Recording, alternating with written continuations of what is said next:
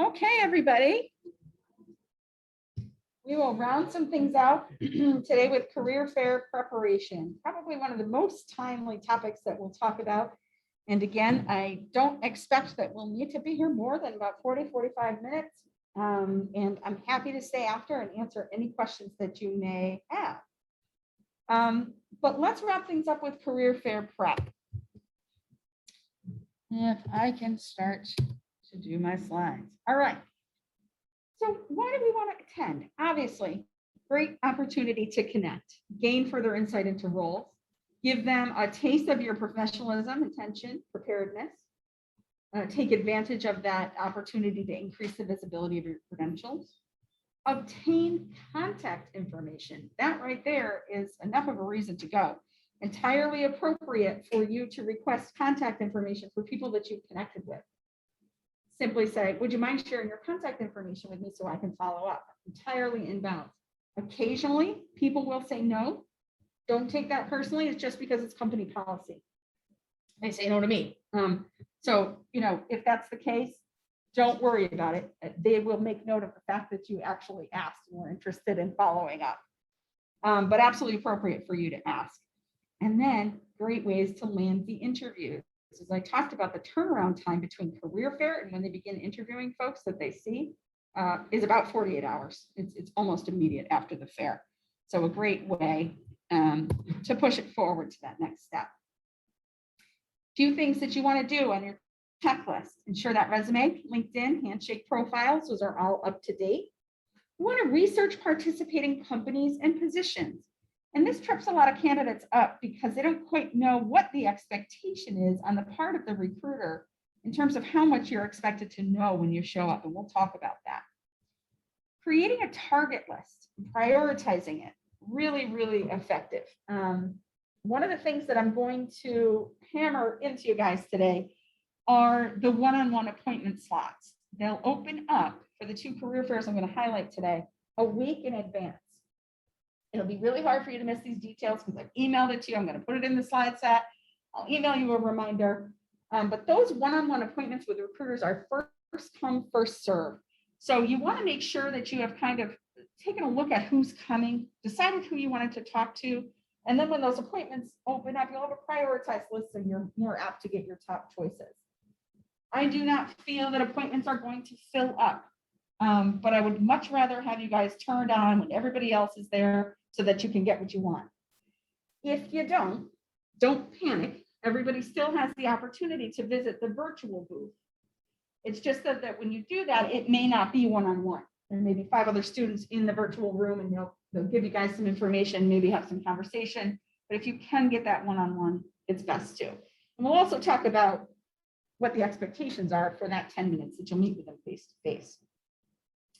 Want to prepare that elevator pitch that we talked about before. It's a nice professional way to introduce yourself, share a little bit and push the conversation forward. Professional attire, sort of weird to dress up in your own living room, but I've done it for a year and a half. It gets less weird the more you do it. But you want to make sure that you treat that virtual interview just as you would a regular interview with professional attire. Doesn't necessarily mean that you need to get all suited up, in the apartment for an interview, but perhaps a blazer, shirt and tie. If you are interviewing for a consulting firm within accounting or finance, you probably do want to wear a suit. Let me tell you, you go ahead and take that off, but you want to dress the part. I'll show you how to sign up for appointments with recruiters. And we want to make sure that we test the technology and ensure a distraction-free environment. So going to be really important that you're not having Wi-Fi issues, the dog isn't barking, your roommates aren't, pounding on the door, whatever that looks like. Take some time to just think about your environment for that day. If it's helpful for you to schedule an interview in the Chiefs Career Center, you can do that. And utilize one of our interview spaces. They're typically there for recruiters in person. They're not coming in person for the most part. So let me know if you do need that dedicated space. But otherwise, you want to make sure you won't have bandwidth issues, things like that. If those things come up in an interview or during the career fair, it's okay. Don't panic, roll with it. We've all been on Zoom for a year and a half. Every single time we get on a call, something happens, somebody drops off, fire alarm goes off. It's going to be more important that you show them that you can kind of flex and hang when things don't go right? Don't fall apart. Keep it light. It's okay. Let's talk a little bit here about the prep resources. Yeah. Oh my God, I'm not sharing my screen. Goodness gracious. I'm so sorry. 18 months and I'm still not doing it right. You guys see this now? How about you at home? Can you see that, Zach? I can see it. Sorry, I thought you were just, I didn't know there was something that was being shared. I would have told you. Don't worry, I've verbally said everything and more that is on these slides, but I'll go through them slowly. Come on. Thanks, Matt. All right. So the virtual career fair prep resources, thanks again, Matt, that you want to keep an eye on. Your resume and cover letter guides. There's the successful networking LinkedIn profiles. You have that elevator pitch worksheet you can download. But there's also a few career fair specific resources for both in-person and virtual. The Eisenberg Virtual Career Day Tips for Success is helpful. Handshake has also created, and we have linked this all over the place. You can download it in Handshake, you can get it on iConnect. It's in emails that you're sent. But they have a guide to attending a virtual career fair. It's nothing complicated or anything that you won't already be able to navigate with ease, but take a run through that little guide because it'll just get you comfortable with the visual to expect and what that can look like in real time. And then just a little article about rocking a career, virtual career fair. As a reminder, this is your iConnect platform. You're going to be able to monitor all types of events here. But again, these are the Eisenberg and Chase specific events. First thing I recommend you do is go up to the top left-hand side, majors programs, select MS Business Analytics, and then you'll have a full filter on to see those events. If you'd like to see all events though, you can absolutely do that. Just click see more and you'll see absolutely everything that's available for all of our students, all of our programs. Just know that there's probably about 30 pages. This is also how you make an appointment with me. When you are into, you can either do it by going up to the career coaching menu on the top, or when you're into MS Business Analytics, I will always be on the bottom right-hand side. You can click directly on my MS Business Analytics students link and add yourself right to my calendar. Again, that's also how you can connect with me on LinkedIn, see my email, good stuff like that. So again, a screen grab from iConnect for specialized masters. That's how you're going to see yourselves referred to as MS Business Analytics throughout iConnect, but also specialized masters. Your program is a specialized master. So that's how it's coded in here in a bit. When you look at these events, you're going to see a combination of things that are put on by external companies and things that are put on by Chase, put on by Eisenberg. You're going to be able to filter through. This is, again, how you'll find the resources that I just called up. You can click on see more filters to be able to see the whole lion's share. We have that brand new specialized resume guide for you. You can download there. This is a screen grab of the virtual career day tips for success. So again, this isn't anything groundbreaking, but it's good to sort of just read through, use it as a little bit of a checklist, especially as we get closer and you're doing that last minute preparation. Handshake's Guide to Attending a Virtual Career Fair contains these topics. So again, nothing tricky here. Just give it a scan just to make sure that you're comfortable with the platform. That elevator pitch worksheet, we've talked about quite a bit, and how we want to adapt our elevator pitch for the career fair looks a little something like this. And actually, let's spend a little bit of time here just talking about that recruiter expectation for what it is that you research. Recruiters have the expectation that you have looked at the companies who are attending and the positions that they're recruiting for if they have included that information. Then you want to kind of do a little bit of due diligence, a little bit of company research. It isn't that you need to go and memorize details, understand, when they were launched, whatever. But you want to have a good idea of what it is that they do, who their clients are, what their products are, what they serve. And then for the role that you're going to be speaking to them about, you want to have an idea generally of what that function does, but even better if you've thought critically about how you are prepared to take it on or perform it successfully. So if you're looking at a role and you're going to say, okay, I know these guys are looking for critical thinking, some analytic skills, some database management, you want to be thinking in your head, okay, I want to make sure that I hit on or at least highlight a couple of these relevant skills. And that's really their expectation, that you've got an idea of what they do, you know what it is that they're recruiting for, given some thought. But again, don't worry about memorizing full company details. They're not going to get on and grill you, something like that. They are going to get on though, and look to see that you have prepared. And that intention that we talked about, super, super important to them. Again, their biggest pet peeve is people who get on and they just seem like they just showed up because they were there and might as well. Even if that's the case, that's okay. There's lots of times we're not sure if we're going to be interested in something and we just want to check it out. You want to make sure that you are demonstrating that intent. Now, oftentimes you will see at the career fair a company that you're interested in, but you may not be interested in the position they're applying for, or excuse me, they're recruiting for. You want to handle this one somewhat delicately. If you are looking in Handshake and they say, we only want juniors, or this posting or this event is only for those interested in audit or tax, don't apply. You'll only make them mad. If though you see that the company is coming, they are, for example, the career fair, maybe they have a host of things, it's Dell and they're hiring for like 5 different positions. It is appropriate for you to take a one-on-one appointment. When you get into the recruiter and with the recruiter, acknowledge it right off the bat. Say, I saw that you're hiring for these types of positions. My background's a little bit different, but I wanted to make sure that I took the time to connect with you today, as Dell is really a top target company for me. Pay them a genuine compliment about why you're there, about the company. Acknowledge the fact that you understand it's a little bit off from what they're looking for. That's entirely fine. Again, that's the intention. They're thinking about it like their kids. They're like, oh yeah, Dell is awesome. Great. 9 times out of 10, what they'll do is either offer to share your resume and your credentials with one of their internal colleagues, whoever the appropriate recruiter for that position is, or they'll just loop you right in and you'll get connected to positions that they're not necessarily recruiting for. Does that make sense? Some good judgment there. You have to apply, and don't ever hesitate to reach out if I can be helpful in helping you. Just be careful there. Don't apply for things just to get your foot in the door that aren't meant for you. That'll make them mad. Do show up and explain that you're there for the company because it's a target. You wanted to be sure that you took your time and action to do so. Okay. Again, don't want to ask what they do, what positions are available.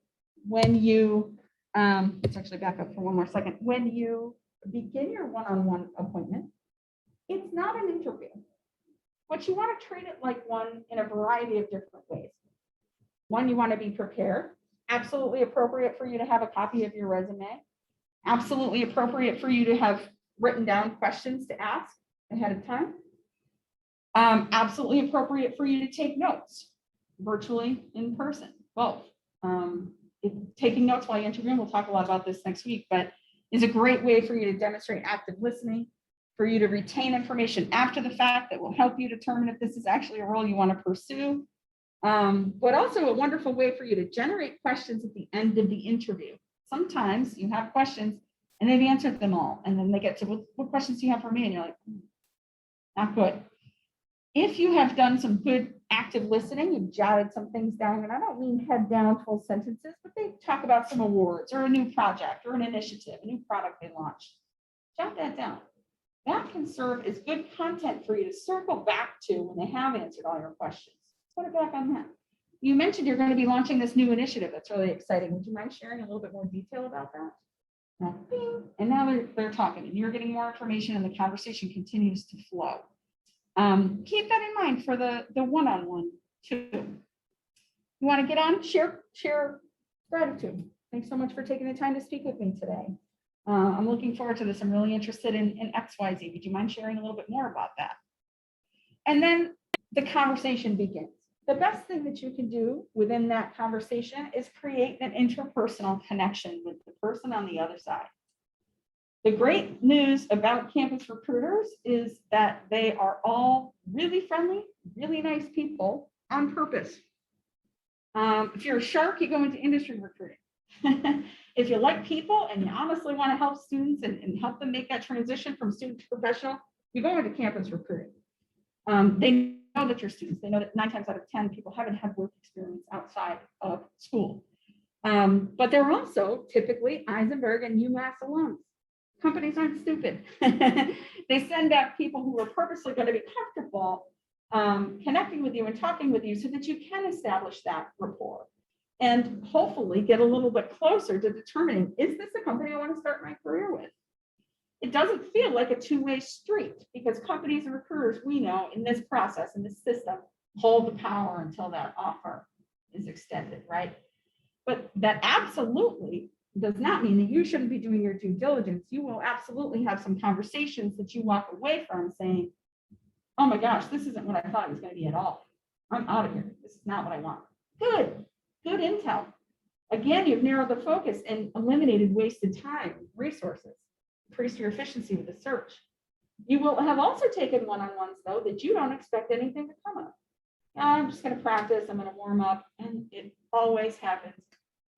You get turned on to a new company you didn't know about before. You have a great connection with a company, and it moves in a different direction. So all I'm saying is stay open to it. And don't be surprised when after you have these interactions, you start to get a feel for the company, you start to get a feel for the culture, your tastes and preferences change. That's totally normal and cool. You'll actually have fun with it. Don't forget to ask for their contact information when you're talking to them.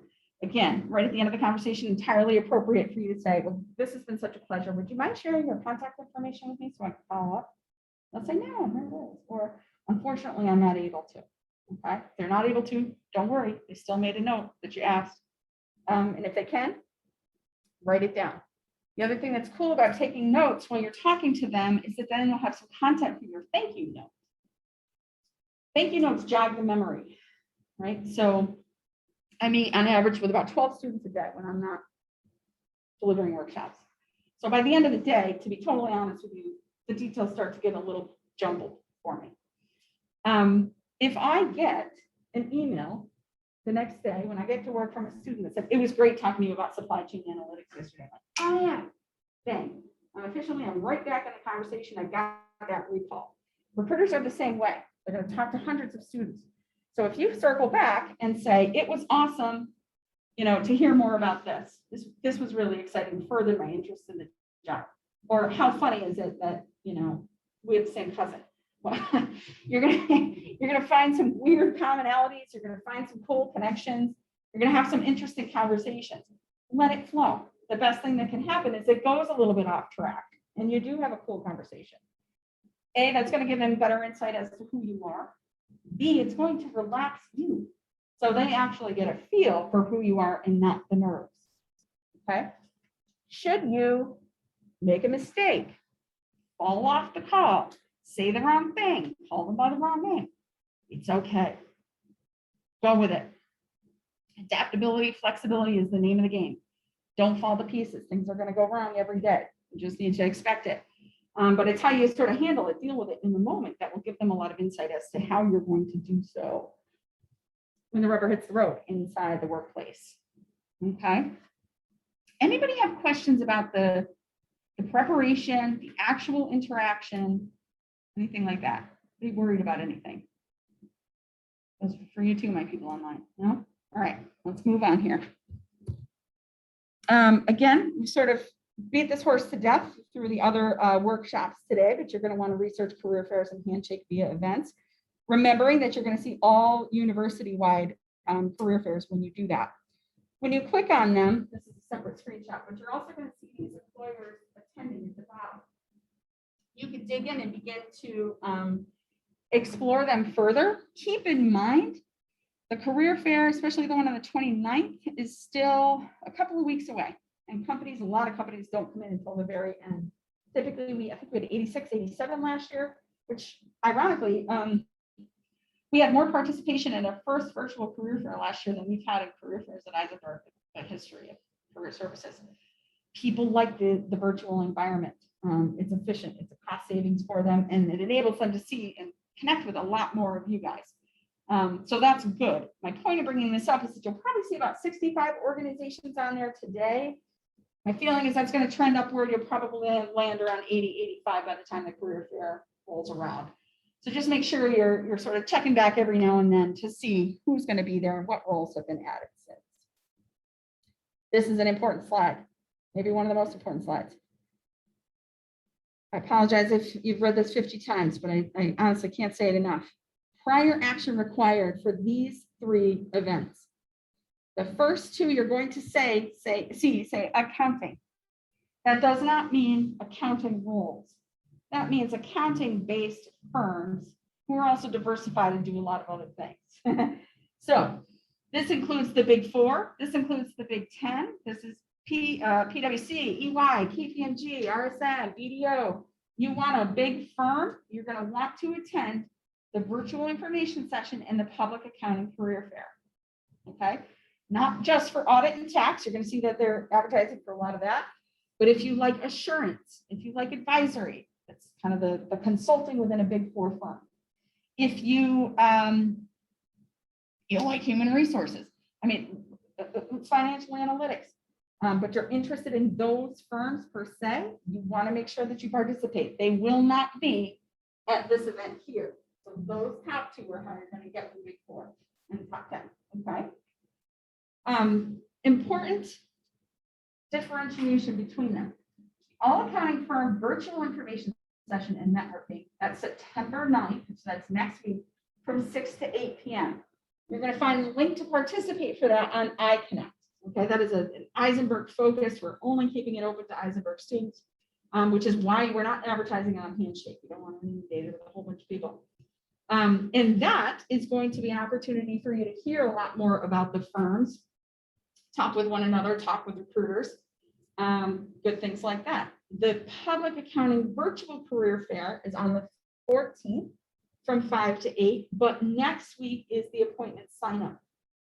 Beginning September 7th at 5 p.m. That's when Handshake is going to release all of those one-on-one appointments with the firms. And you want to make sure that you're there and ready to sign up via Handshake. Okay. So the top thing is going to be iConnect only, just so we can protect that a little bit. The next 2 can both be found on iConnect and Handshake, but make sure you mark your calendars for that September 7th. The Eisenberg Virtual Career Day, which is the big, huge one that we have every year, that'll be the 85 employer one, is September 29th. That's a Wednesday from 10 a.m. to 3 p.m. You can sign up for appointments the week before, the 22nd at 8. Okay, 8 a.m. on the 22nd. So just make sure you mark your calendars for that. The other thing that you kind of want to do to look ahead is look at what your day looks like. So on that Wednesday, the 29th, 10 to 3, I'm not sure what your academic schedule looks like, but hopefully there's a window within there that you can plan to attend the career. So while you're signing up for your one-on-one appointments, that's another factor that you want to keep in mind. What's going to be your availability on that day? That way you're efficient and ready to roll. Does that make sense? Any questions based on that? I just don't want you to miss the opportunity to see those firms if you want them. And again, anybody seeking sponsorship, you want to make sure that you attend. Those companies are some of the, actually EY might have even sponsored more than any other company last year. Good number of sponsorship with those firms, but do make sure that you carve out time to attend those first 2. Okay. Again, some screenshots here of when you look at the actual event in Handshake, this is what it's going to look like. It's going to have those details and these details. It will also emphasize the things that I just did. Big 4 is not going to be there on the 29th. Who should sign up? When can you start making appointments? And that Handshake guide for signing up and managing virtual fair sessions. Okay, and access that all within the event information. They'll also have a few details for you that are a little bit different for each one, but some best practices for preparation, things like that. Everything that we've covered already today. Same thing for Eisenberg Career Day. You're going to be able to see those details. Again, important tip in here. Look for these pro tips. We kind of fuse them in all different places. Select the option to make that profile visible. Make yourselves visible within Handshake so that recruiters can message you live that day and see your credentials in general. Researching employees attending. Again, you can follow them. you can see from the employer entry, the types of things that they're going to be looking for: MBA, master, senior, junior. One thing that I want to warn you about, again, because recruiters code these all themselves, don't panic if you don't see MSBA here, or if you see Master of Business Associate, MBA, Master of Business Administration. If it's inclusive, if it looks like a role in a company that's appropriate for you, you can absolutely attend. They may just not have checked all the boxes. So just keep that in mind. Whenever you have a question, though, don't hesitate to ask. I'm happy to clarify anything. Yep, we talked about this. You can still get to that virtual booth. So God forbid you don't get that one-on-one appointment, or you discover, something a little bit later in the game, you can still see them. You're going to deliver an elevator pitch, demonstrate that research, speak to your strengths as aligned with what the company is seeking. Try not to put pressure on yourself to give them an exhaustive list. They are looking at your resume. They know that this is relevant skills. This is not a laundry list and not an all-in. And create that interpersonal connection. In their minds, they're kind of giving you a try before they buy to see how you're going to vibe with other people on the team. Are you going to be somebody that's communicative? Or are you going to be somebody that is kind of shut down in the corner? You're going to take initiative and you're a problem solver. What makes you tick? Are you creative? Are you dynamic? All those other things that will play a big part in sort of the makeup of the organizational development. Smile, maintain good eye contact. They haven't had a lot of practice. Most of us have had a lot of practice now with Zoom and online interviewing and stuff. But if you haven't, and you have to remind yourself to look at the camera so you actually make eye contact with them, put a little sticky up here. I like put like a lime green sticky up here that automatically draws my eyes up. When I'm presenting, I can get sucked into stuff where I'm looking and I forget. That'll help me draw my attention right back up there. Some of the questions you want to be prepared to answer. The ever popular, tell me about yourself. They may want to know why you enrolled in MSBA. You may hear a walk me through your resume. When somebody says walk me through your resume, they don't actually mean read it to me line by line. Review every single position, with detail and chronological order. They want you to speak to them cumulative about your career thus far. When I say career, I mean academic, I mean internships, I mean volunteerism, whatever that looks like. Walk me through your resume just kind of means give me an overview of what you've done. Well, I've got my bachelor's in this, currently earning my master's degree in here. My work experience in the past has included XYZ, and I was actually able to perform an internship in, marketing analytics, whatever that is. So again, summarizing, they can read, they already have read most of the fact, but they want to hear from you. How are you going to articulate what you've accomplished and achieved this year from your perspective? What's going to be the most important for you to highlight? Why are you interested in this position? Why are you interested in this company? Why are you interested in this industry? And why are you a good fit for this role? We'll talk a lot more about this in interview, but there's a variety of ways they can ask us that are these questions that are essentially getting at the same thing. What are you good at as it relates to what we're looking for, right? Whether they ask it as what are your greatest strengths? Why are you a good fit? Or why should we hire you over any other candidate we'll speak to today? Basically asking the same thing.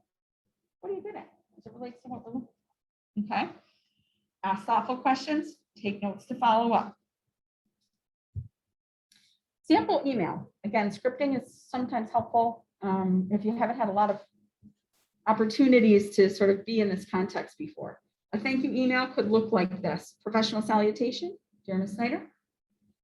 Thank you for taking the time to talk with me. I enjoyed our conversation. You put in those specifics like we talked about this, and I'm confident my skills and experience will allow me to make a significant contribution. Here's the thing I've attached to my resume. There's that recall. They can double click on the document, open it up, go right to your LinkedIn, give you a call, schedule the interview, your email, and a nice professional sign off. Okay. Again, you'll be able to reference these things on the portal. Typically, Matt is awesome, so he gets to it super fast. My guess is it'll be posted up by Monday at the latest. But certainly don't hesitate to email me in the meantime. Okay. I am going to stop my share there. and just open it up to questions. And that includes you too, my online folks. Feel free to unmute and ask a question, or I'll keep an eye on the chat. Anything coming up for folks? Anything I didn't cover? Anything you're curious about? Anything you're nervous about? Like you, my onliners, everybody good in there? All right. Yeah. I just had a quick question. Could you just say again what the date of the Eisenberg Virtual Career Fair was? Yes, Eisenberg Virtual Career Day is September 29th. That's September 29th. Wednesday, September 29th. The appointments open on September 22nd at 8 a.m. Great, thank you. Question? Yep, yes. Is that the only career day? Yeah. No, there's the Public Accounting Career Day, and there's probably about 8 others that you can find on Handshake. Yep, it's the only Eisenberg sponsored career day in addition to public accounting. Yep. Good questions. Anything else? Okay, well, I really appreciate everybody's time and attention today. I appreciate your patience as I work through all my technical difficulties. Do encourage you to make a one-on-one appointment with me if I can be helpful. And thanks again so much. I know this is a really heavy time for you guys. You're taking in a lot. You're doing a great job. Keep it up. You will not regret it. Okay? Take Thank you, care, Rachel. everybody. Thank Thanks, you. guys. Appreciate you hanging in with me today.